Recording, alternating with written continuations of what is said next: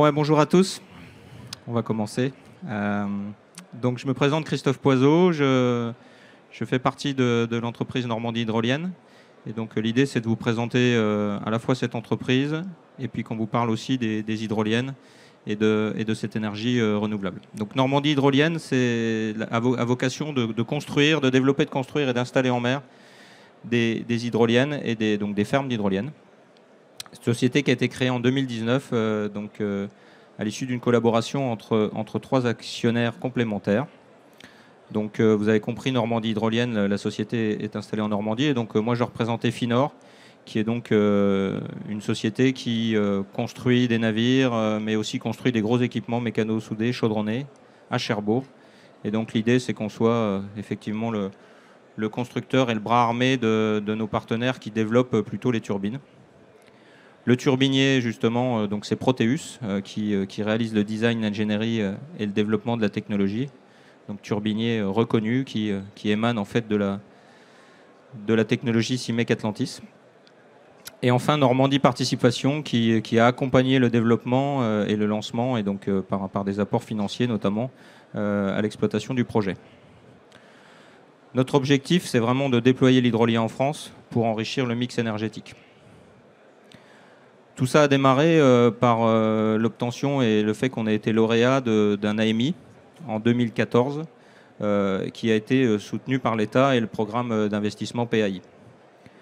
Le projet initialement s'appelait Nefid, et il consistait à exploiter pendant 20 ans une ferme pilote composée de 4 hydroliennes dans le Raz Blanchard, donc le Raz Blanchard qui est un courant au large du Cotentin, avec une puissance de 1,4 MW. Puissance unitaire. Depuis, le projet a évolué et donc le projet de Normandie Hydrolienne le projet qui a été repris par Normandie Hydrolienne a changé de nom et s'appelle maintenant NH1. L'architecture du projet est identique, mais forcément les technologies ont évolué et donc on est aujourd'hui sur des puissances qui sont plus importantes et aussi avec des technologies qui sont beaucoup plus abouties. J'ai chaud. Alors pourquoi l'hydrolien ? En fait, ça c'est pas une question, et dans ce genre de salon, on comprend bien que le changement climatique, c'est aujourd'hui un défi mondial. L'objectif de réduire de 55% les émissions de gaz à effet de serre d'ici 2030 et d'atteindre la neutralité carbone à l'horizon 2050 est un vrai défi. Et donc, pour faire face à cette augmentation de demande d'électricité, l'hydrolien représente vraiment une technologie mature, fiable et directement mobilisable pour contribuer aux objectifs de transition énergétique. La France est idéalement placée pour ce genre de technologie puisque c'est le deuxième domaine maritime mondial avec 11 millions de kilomètres carrés de domaine maritime. On bénéficie d'un potentiel significatif de développement de l'hydrolien. Le gisement estimé à long terme est de plus de 18 gigawatts avec un gisement immédiatement mobilisable à 5 gigawatts. Il existe plusieurs conceptions de turbines, des turbines immergées qui produisent de l'électricité avec une énergie renouvelable 100% prévisible et continue. C'est chaud, hein. Donc la mise à l'eau des machines ces dernières années, la certification de courbe, associe et confirme le progrès technologique de la techno et proche de sa maturité commerciale. Donc les turbines de Proteus, turbines de série AR, participent au succès de plusieurs projets, et notamment Meidgen au Japon, et donc bientôt des turbines qui seront installées dans le Raz Blanchard. Et je laisse Katia qui va vous parler un petit peu de la suite du projet. Donc, comme vous l'avez pu l'entendre, la France est consciente des bénéfices de l'hydrolien parce qu'ils ont choisi 2 fermes pilotes, dont Normandie Hydrolienne, le projet NH1. Les avantages, elles sont très simples. C'est assez important, mais il y en a au moins 5. Une, c'est une énergie limitée et 100% prévisible. Comme vous pouvez le comprendre avec les courants de marée qui constituent la principale source d'énergie pour cette technologie, ça permet d'avoir une prévisibilité en fait, de cette énergie de production. Une énergie invisible, comme vous avez pu le comprendre, les hydroliennes sont sous la mer, donc elles sont immergées à 38 mètres au fond de l'eau et on ne les voit pas. Donc elles ne génèrent pas on les voit pas, c'est sans visibilité. Vous avez une énergie puissante et compétitive. Quand je parle de compétitivité, c'est que, comme l'a indiqué Christophe auparavant, on a une technologie qui est assez mature et qui est la plus compétitive aujourd'hui à ce jour, qui offre un mégawatt-heure assez compétitif, même plus compétitif dans le marché hydrolien. Et on va continuer à atteindre un prix de 80 € du mégawatt-heure pour cette technologie, avec l'arrivée, bien sûr, des parcs commerciaux. C'est une énergie respectueuse de l'environnement. On a fait énormément d'études en amont. Durant l'exploitation, bien sûr, on continuera. On a fait beaucoup d'études environnementales pour pouvoir valider en fait, ce projet et s'assurer que, bien sûr, avec l'expertise que notre turbinier a, parce qu'ils font, comme on l'a dit auparavant, ils sont en Écosse et au Japon, ils ont un retour de plusieurs années qui nous permettent en fait, tout simplement de pouvoir valider toutes ces études et valider les résultats de ces études. Et une énergie locale.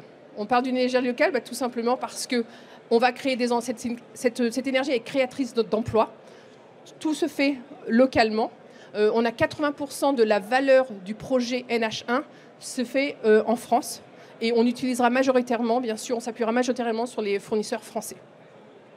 Le 20% restant, bien sûr, ce sera en Europe, parce qu'on sait très bien que l'Europe est aussi bien avancée sur l'hydrolien, beaucoup plus avancée à ce niveau-là par rapport, quand on parle de l'Angleterre ou par rapport à leur projet. Quand on parle aussi d'une énergie locale, c'est une énergie aussi au cœur de l'économie locale. Donc on a aussi des chiffres, on a été capable de pouvoir valider quelques chiffres, comme je vous l'ai dit. On planifie d'installer 1 gigawatt installé en France d'ici 2030. On accélérera et renforcera la voie vers des faibles coûts énergétiques. On parle de moins de 100 € du mégawatt-heure à partir de 1 gigawatt installé. Et on parle de 6 000 emplois. La filière hydrolienne générera des emplois industriels dès le premier gigawatt installé. Ce qui n'est pas, encore une fois, c'est une énergie qui a de forts bénéfices économiques, sociaux et environnementaux. Alors, ferme pilote. Donc, la ferme pilote NH1 est d'une puissance nominale de 12 MW. C'est 4 hydroliennes de 3 MW. Alors, comme on l'a peut-être dit auparavant, c'est l'hydrolienne la plus puissante au monde à ce jour. Donc, on est très fiers de pouvoir installer et de produire cette turbine à Cherbourg et de la lancer pour le projet NH1. Cette ferme pilote sera installée à partir de 2027, où on commencera à produire de l'énergie. On va pour approvisionner 15 000 habitants. Donc c'est encore une fois quelque chose de très excitant, très sympa, et on a vraiment hâte de pouvoir la mettre en place en fin 2027. Voilà, vous pouvez le voir, comme vous pouvez le voir, en fin 2027, on approvisionnera 15 000 habitants. Alors, la technologie, comme on l'a indiqué auparavant, on exploite une technologie éprouvée. Alors, de Proteus. Proteus était un turbinier reconnu dans le monde de l'hydrolien. Ils ont actuellement produit plus de 20 gigawatts-heure d'électricité, qui représente à peu près 25% de la production totale d'électricité en Europe. Ils ont plusieurs projets. Le projet, alors on a un projet ils ont vraiment fait tout le cycle du projet, donc c'est-à-dire du développement à l'exploitation jusqu'au démantèlement. Et actuellement, ils font partie du projet Medgen AR1500 depuis 2018 qui produit de l'énergie avec la turbine AR1500. Et nous avons aussi l'autre turbine au Japon qui a été en fait immergée pendant 2 ans, qui actuellement va être upgraded et va retourner à l'eau au Japon et va être connectée et produire de l'électricité.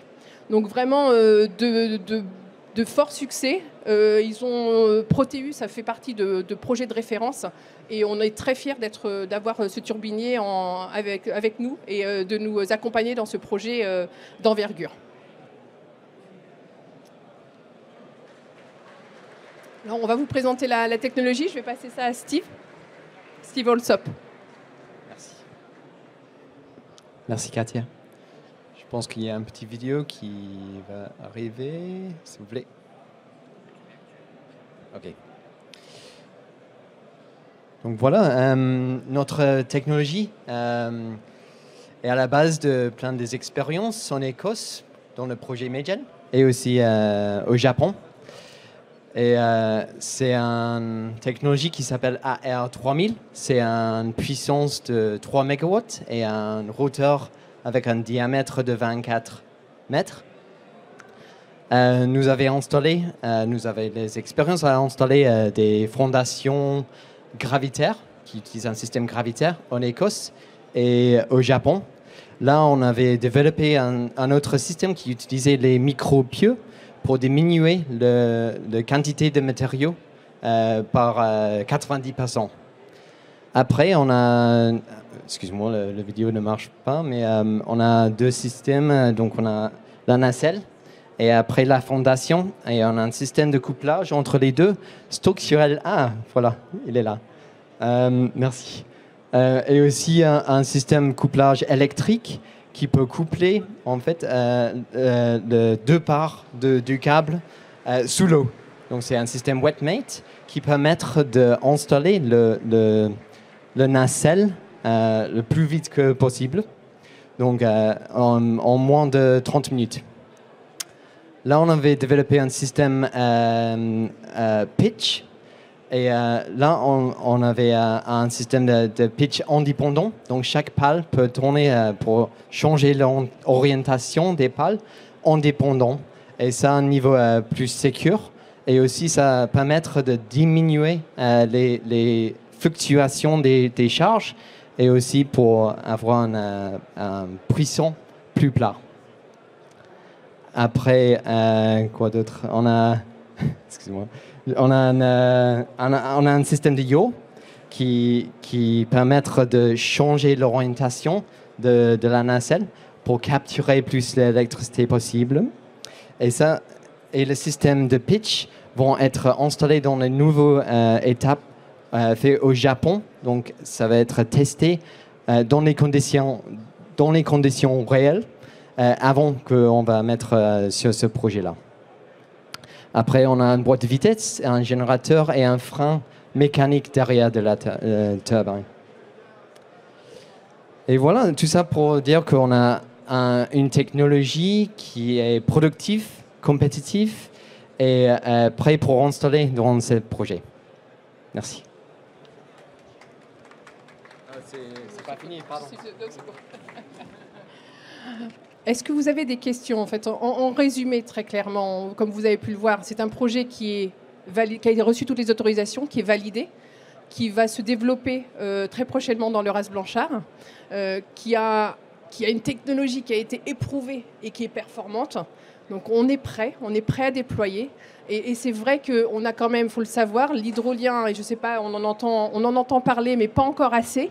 Et c'est pour ça qu'aujourd'hui, on voulait vraiment vous présenter ce projet, parce que c'est un projet vraiment d'envergure, qui a un potentiel énorme. On a une technologie qui est la plus puissante au monde. Je veux dire, on ne peut pas faire plus. On a testé notre technologie pendant plus de 8 ans, 6 ans maintenant, avec le Japon se rajoute. Donc vraiment, on est vraiment à un stage où on est prêt à passer à l'étape déploiement commercial. Bien sûr, on a besoin aussi que notre cher président, puisse valider ça et qu'on mette ces parcs commerciaux, qu'on implique ces volumes dans la nouvelle PPE, parce que c'est très important. L'hydrolien est là, il est présent, et ça fait un petit moment qu'il est présent. On est prêt à déployer, nous ne sommes pas les seuls. On a des acteurs derrière nous, on a des fournisseurs, on a nos investisseurs. On attend avec impatience, mais en tout cas, il est certain que la ferme pilote se déploiera, et on espère très vite que les parcs commerciaux suivront.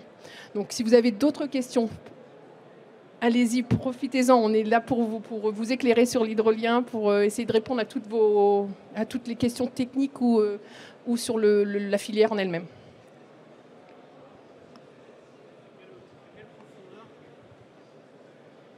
C'est une question rapide. À quelle profondeur sont ces hydroliennes ? À 38 mètres 38 de mètres. profondeur. Donc il faut un minimum de 10 mètres de clair d'eau entre le bout de la pale et puis l'eau, la surface. Et alors tout à l'heure, vous parliez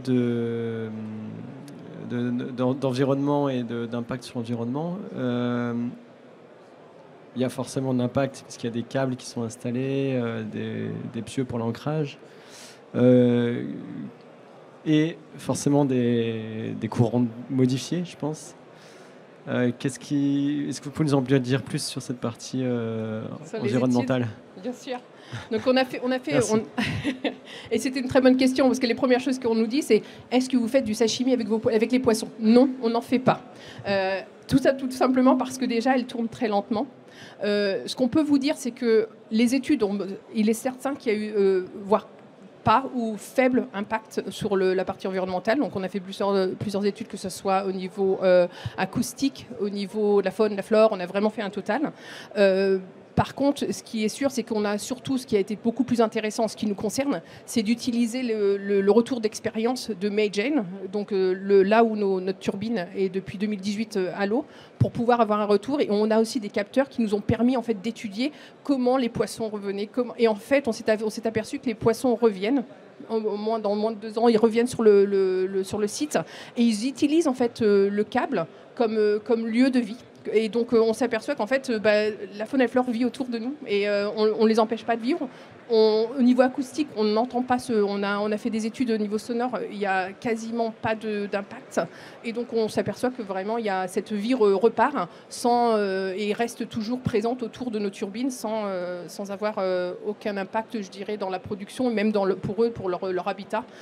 C'est beaucoup plus complémentaire en fait. Au final, on s'aperçoit que quand on a ressorti les câbles, vous voyez les câbles, c'est vraiment devenu une habitation pour tout ce qui est crustacés, etc. Ouais.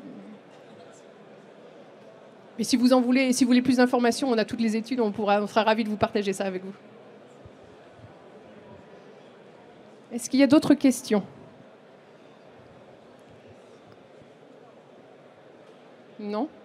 J'espère que ça vous a plu. Si vous voulez en savoir plus, venez nous rejoindre. On est au C14, au stand. Donc on a beaucoup plus d'informations et on serait ravis de répondre à toutes vos questions si vous en avez.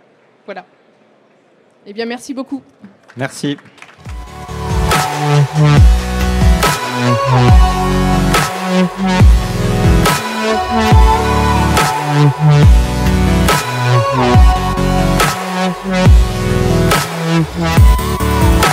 Yeah.